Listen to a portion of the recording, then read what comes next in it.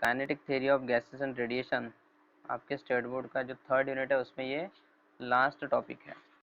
इसका स्टेटमेंट देखिए कुछ इस तरह से।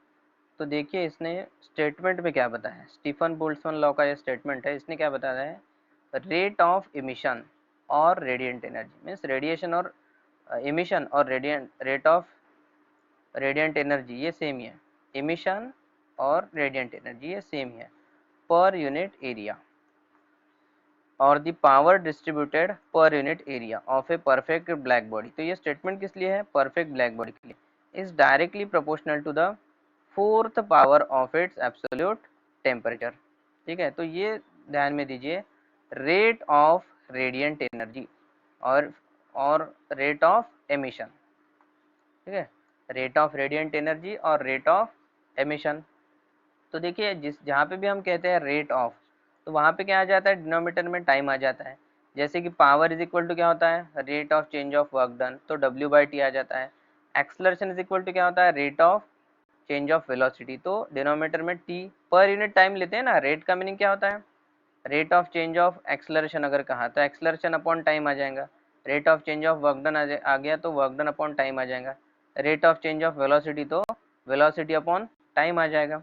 उसी तरह से रेट ऑफ एमिशन अगर कर रहे हैं हम, तो रेट ऑफ रेडिएंट एनर्जी, अभी रेडिएंट एनर्जी किस फॉर्मेट में होती है, हीट के फॉर्मेट में, तो हीट रेडिएटेड पर यूनिट टाइम, ये इस तरह से हो जाएगा। और इसने स्टेटमेंट कहा है पर यूनिट एरिया, पर यूनिट एरिया। यहाँ पे देखिए स्टेटमेंट में क्या कहा है, रेट ऑफ एमिशन और रेडिएंट एनर्जी, तो एमिशन और रेडिएंट एनर्जी एक ही है। Rate of radiant energy per unit area, तो रेडिएंट एनर्जी हो गई Q, rate of radiant energy हो गया Q/T, और पर यूनिट एरिया तो यहाँ पे एरिया से डिवाइड कर दिया, तो Q/A into T is directly proportional to कहाँ है, 4th पावर। स्टेटमेंट अगर आप अच्छे से पढ़ेंगे तो 4th power of absolute temperature, absolute temperature means इसने क्या कहा है, rate of radiant energy per unit area is directly proportional to 4th power of absolute temperature, इस तरह से कहा है। लेकिन इसके पहले हमने एक रेडिएंट पावर या emissive power is equal to देखा है, इसका फॉर्मूला है R is equal to Q/AT, Q/AT। तो ये Q/AT is equal to is directly proportional to T⁴ है, means R is directly proportional to T⁴ समझ गया।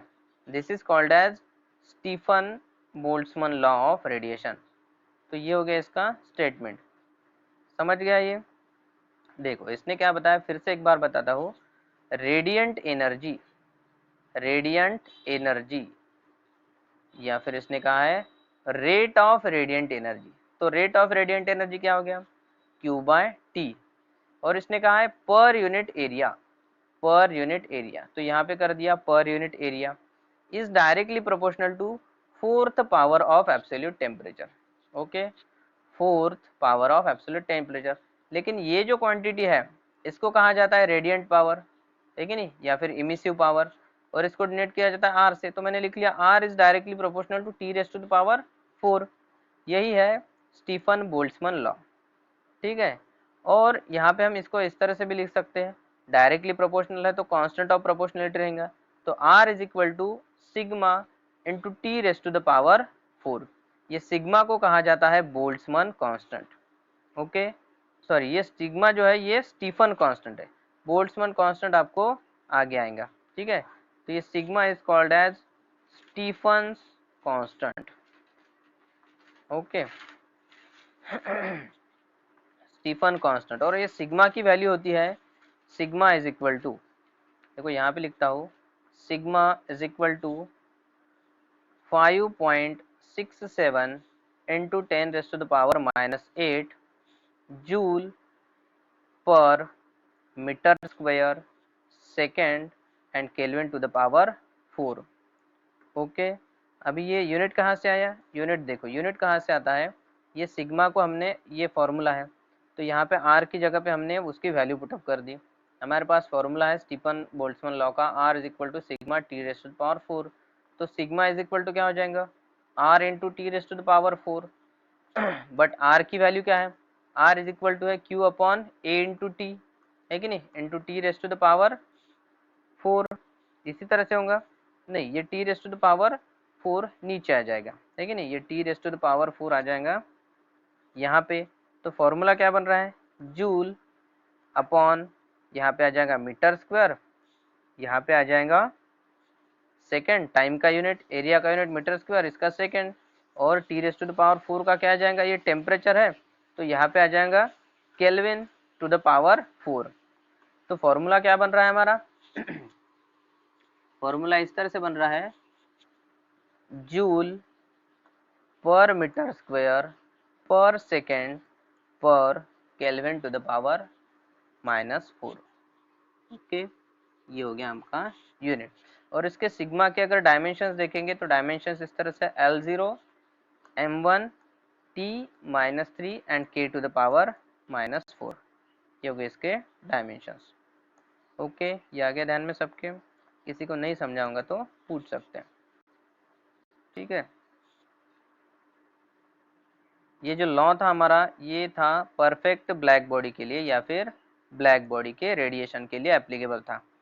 लेकिन अगर ब्लैक बॉडी नहीं है, ये अगर ब्लैक बॉडी नहीं है, कोई भी ऑर्डिनरी बॉडी है, तो क्या ये लॉ एप्लीकेबल है, तो ये लॉ एप्लीकेबल है, बट इसमें बस थोड़ा सा चेंज है। इसने क्या बताया था हमें, R is directly proportional to T raise to the power 4 black body के लिए, और R इज इक्वल टू यहाँ पे कांस्टेंट था sigma T raise to the power 4। But अगर ऑर्डिनरी बॉडी है, जो ब्लैक बॉडी नहीं है, ब्लैक बॉडी क्या होती है, पूरी तरह से 100% एनर्जी को वो एब्जॉर्ब कर लेती है, वैसी अगर बॉडी नहीं है, दूसरी कोई ऑर्डिनरी बॉडी है, तो R इज इक्वल टू यहाँ पे कांस्टेंट हो जाएगा सिग्मा इंटू ई, या फिर इसको E इंटू सिग्मा भी लिख सकते हैं, E into sigma T raise to the power 4। समझ गया, बस इतना यहाँ पे चेंज है। कांस्टेंट में यहाँ पे आ जाएगा E क्या होता है, E इज द इमिसिविटी, जिसके बारे में हम ऑलरेडी पढ़ चुके हैं, है कि नहीं, E is equal to emissivity, ठीक है। तो R is equal to E into sigma T raise to the power 4 for an ordinary body. ये किस लिए हो गया, ये हो गया ब्लैक बॉडी के लिए, और ये हो गया ऑर्डिनरी। ये दोनों फॉर्मूले आप नोट कर लो, ओके। अभी इसके आगे है, देखिए, और इसके आगे और इसके रिलेशन है कि अगर ब्लैक बॉडी को, परफेक्ट ब्लैक बॉडी को अगर हमने रख दिया सराउंडिंग के अंदर, मतलब जहाँ पे सराउंडिंग का टेम्परेचर ब्लैक बॉडी के टेम्परेचर से कम है, तो फिर उसमें रिलेशन किस तरह से रहेगा, ठीक है, ये अभी देखेंगे हम। कि यहाँ पे बॉडी तो एब्जॉर्ब कर रही है, लेकिन ये बॉडी तो हीट रेडिएट कर रही है, तो उसको अगर हमने सराउंडिंग में रख दिया तो सराउंडिंग में एनर्जी एब्जॉर्ब हो जाएंगी। देखिए, अगर ब्लैक बॉडी है, एक ब्लैक बॉडी है, उसका हमने एनर्जी रेडिएशन का रिलेशन देखा, Stefan Boltzmann law, R is equal to sigma into T raise to power 4।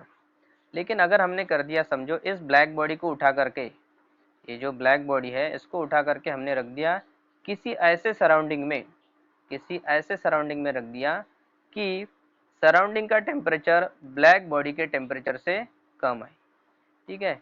ये अगर समझ लो यहाँ पे ब्लैक बॉडी रख दी और सराउंडिंग का टेम्परेचर इससे कम है, सराउंडिंग का टेम्परेचर है समझ लो T0 और ब्लैक बॉडी का टेम्परेचर है T, ठीक है। लेकिन रिलेशन क्या है, T0 ये कम है T से, तो क्या होगा, तो यहाँ से जितने भी एनर्जी रेडिएट हो रही है वो सराउंडिंग में थोड़ी बहुत एब्जॉर्ब हो जाएंगी, है कि नहीं, सराउंडिंग में एनर्जी एब्जॉर्ब हो जाएंगी। अभी जिसका टेम्परेचर कम है वो एब्जॉर्ब कर लेता है ना।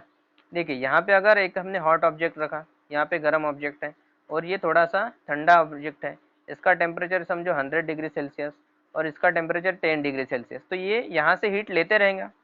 उसी तरह से यहाँ पे क्या होगा, ये ब्लैक बॉडी का टेम्परेचर ज़्यादा है और सराउंडिंग का टेम्परेचर, ब्लैक बॉडी का टेम्परेचर T ज़्यादा है और सराउंडिंग का टेम्परेचर T0 कम है, तो सराउंडिंग क्या करेंगी, इस ब्लैक बॉडी से एनर्जी को एब्जॉर्ब कर लेगी, है कि नहीं।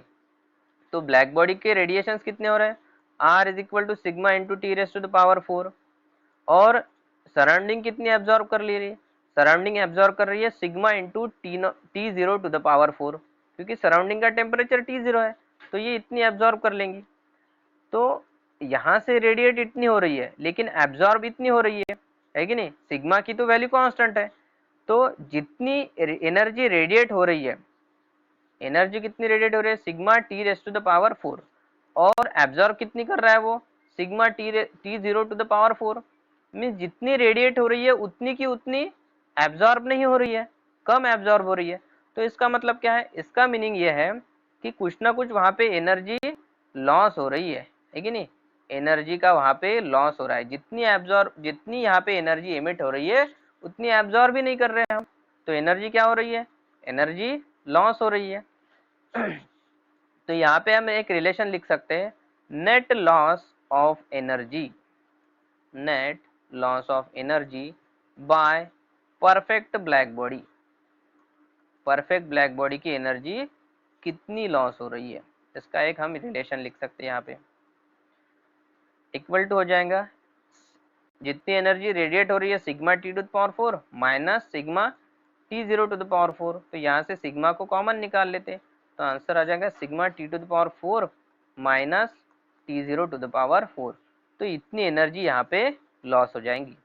ठीक है, तो आपको अगर क्वेश्चन आता भी है energy loss by the perfect black body, तो इस फॉर्मूला से आप सॉल्व कर सकते हैं, इसको आप नोट कर लीजिए। इसमें ज़्यादा तो कुछ है नहीं समझने ऐसा, अगर आपको नहीं समझ रहा होगा तो पूछ सकते हैं। तो ये तो निकाला हमने energy lost by the perfect black body, लेकिन अगर ऑर्डिनरी बॉडी है, अभी हमने क्या किया था, एक परफेक्ट बॉडी ली थी, अगर हमने ऑर्डिनरी बॉडी ली, परफेक्ट ब्लैक बॉडी को इस तरह से बीच में रख दिया था और सराउंडिंग का टेम्परेचर उसका कम था, लेकिन अगर ऑर्डिनरी बॉडी को यहाँ पे रख दिया, यहाँ पे भी सेम केस है, इसका टेम्परेचर T है, सराउंडिंग का टेम्परेचर T0 है, तो फिर नेट लॉस कितना होगा। ठीक है, तो फिर नेट लॉस कितना होगा ये हमें निकालना है। तो नेट लॉस के लिए वही करेंगे हम। देखो यहाँ पे ऑर्डिनरी बॉडी के लिए हमारे पास रिलेशन था स्टीफन बोल्ट्जमैन लॉ का, R is equal to E into sigma T raise to the power 4। तो इतनी एनर्जी को वो रेडिएट कर रही है, ऑर्डिनरी बॉडी इतनी एनर्जी को रेडिएट कर रही है, और सराउंडिंग का टेम्परेचर का कम है, तो ये क्या करेंगी, E into sigma into T zero to the power 4 इतनी एनर्जी को एब्जॉर्ब कर लेगी। रेडिएट हो गई इतनी, एब्जॉर्ब हो गई इतनी एनर्जी, तो बीच में कुछ तो भी लॉस हो रहा है, तो वही लॉस हमें निकालना है। तो यहाँ पे क्या हो जाएगा, E sigma T to the power 4 minus E sigma T zero to the power 4। यहाँ से ई सिग्मा को कॉमन निकाल लिया, बचा वही आंसर आएगा, बस यहाँ पे ई सिग्मा आ जाएगा, E into sigma T to the power 4 minus T zero to the power 4, बस यही हमारा आंसर है। ठीक है, तो ये हो गया net loss by the ordinary body. अगर ऑर्डिनरी बॉडी है तो यहाँ पे बस ई एक ऐड हो जाएगा, बाकी सब तो सेम है। ठीक है, समझ गया।